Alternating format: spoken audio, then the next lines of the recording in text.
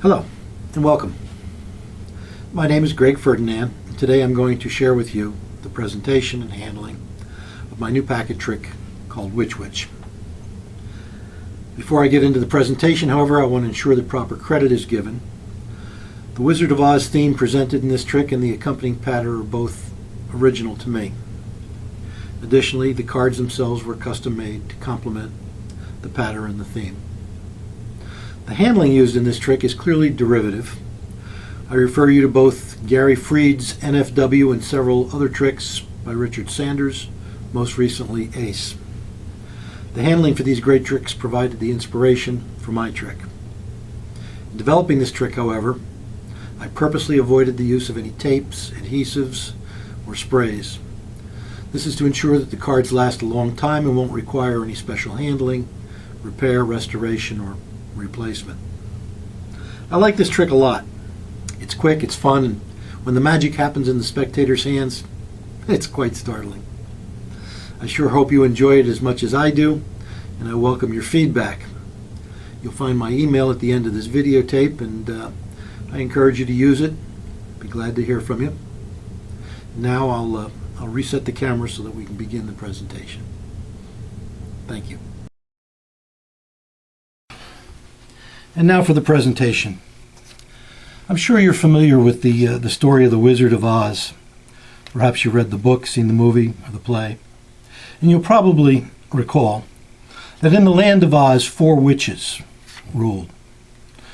2 were dark and evil. The other 2 were kind of cool.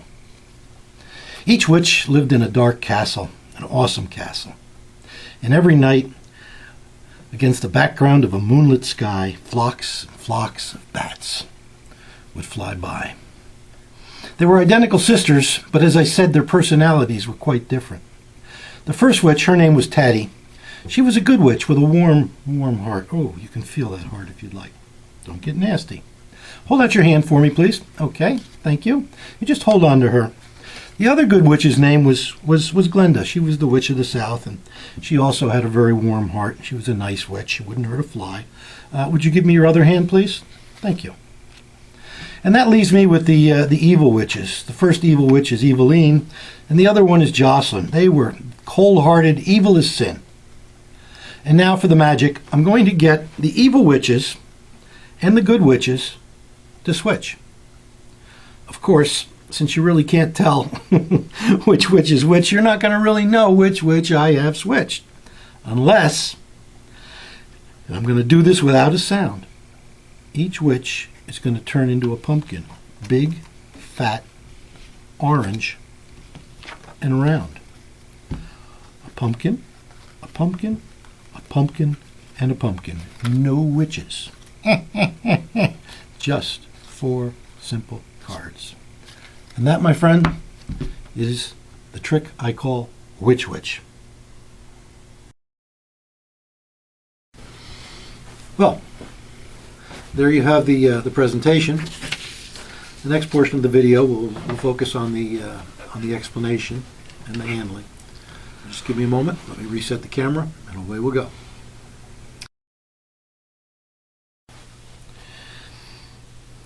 Now, for the details on the handling of the trick, there are five cards used in this trick. They consist of 3 pumpkin cards, each with a regular back, a witch card, also with a regular back, and 1 witch card, which is a double facer with a pumpkin on one side and a witch on the other.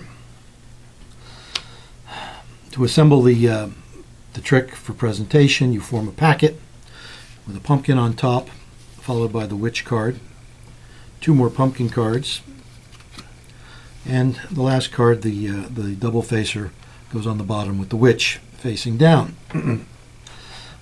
It's also important for the spectator's enjoyment to make sure that the cards are facing in a direction that makes sense to him. They're the right orientation. All the cards. Though it's not necessary, you can begin the trick by showing the spectator 4 witches using the flustration count. That's a move attributable to Brother John Hammond. It looks like this. You show a witch, peel a card off, you count 2, 3, 4. You're basically just showing the bottom card 4 times as you peel cards off the top. You peel 3 cards off, and you put them back, and the deck is in, the packet is in its original order. I don't use that a lot. I generally just pass the cards from hand to hand, talking about the 4 witches, and 2 of them being evil and 2 of them being good. And as I do that, I grab a break beneath the top 2 cards, the witch. While I'm explaining a little bit about the details of the pictures here, the castle and the full moon and how the bats fly by in the night sky. You actually begin the trick by introducing the first witch. You just turn over the double that you've gotten, and you place it back on top, holding the break. I hold the break sometimes with the flesh of my thumb, sometimes with my pinky here. It doesn't matter. A useful bit of misdirection is to talk about her warm heart and have the spectator touch it if you want, and have the spectator extend his hand. And while the spectator is extending his hand, you turn the double over and put it back on the deck. It provides a great deal of misdirection. And you deal the top card, which is a pumpkin, onto their hand. While placing that card into the spectator's hand, you surreptitiously push over the top card of the packet, just the top card. And you do that so that you can grab the bottom 3, the remainder of the deck, turn it over, put it on top, and get a break beneath it. I sometimes use the fleshy part of my finger here or my pinky to hold that break. You now introduce to the spectator the second witch, also a warm-hearted, kind witch, Glinda, asking them to extend their other hand. You use that as misdirection to turn all 3 over, holding the break when you put it back. It's important that you hold that break. You've got a break here, you turn it over, you hold the break. And as they bring out their hand, you slide the top card, another pumpkin, and you put that in their hand. You still have a situation check here, 3 cards in your hand with a break above the top 2. A break below the top 2. Pardon me. Okay, continuing on, you now introduce the evil witches. You do that by just grabbing the cards at the break and turning them over. You talk about Eveline, you talk about Jocelyn, the evil witches. As a bit of an embellishment, I sometimes accidentally drop the witch on the card on the table, just to show that it's a regular card.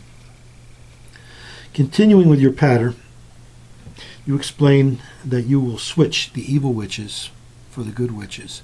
And as you do that, you briefly put the cards together. You have a double in one hand and a single in the other. Put them together face to face, lift just the top card off, and take the bottom 2 off and turn your wrist over. That's called a wrist kill. And what that does, it turns the 2 witches into 2 pumpkins. One more time. You have a double in this hand, a single witch in this hand. You put them together. You come off with a single in this hand and a double in this hand. You do it quick. You do it nonchalantly while you're talking. You say, "Now look, I'm going to take these 2 evil witches, and you know what I'm going to do? I'm going to switch these evil witches for the good witches." And then you explain, of course, that since they can't tell which witch is which, they'll never know which witch you switch unless, and you're going to do this without a sound, you turn the witches into pumpkins. Big, fat, orange, and round. Occasionally the spectator will turn over their own cards. I take the single card, I put it on top of the double. If they don't turn them over, I grab them myself, put them into the packet, and now I have a packet of 4 face-up pumpkins, which I can show. As I go from hand to hand, I say 1, 2, 3, and the 4th one, which is a double, I just show like that, and I put on top. And that's how you do the trick. It's a lot of fun. As I say, it's startling when the witches turn into pumpkins in their own hands.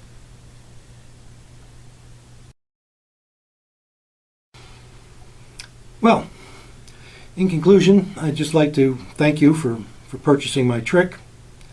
I hope you have as much fun presenting it as I do. As I said earlier, my email will be posted at the end of this video, and I look forward to any comments or feedback you'd care to share with me. Once again, I thank you, wish you a happy Halloween, and goodbye.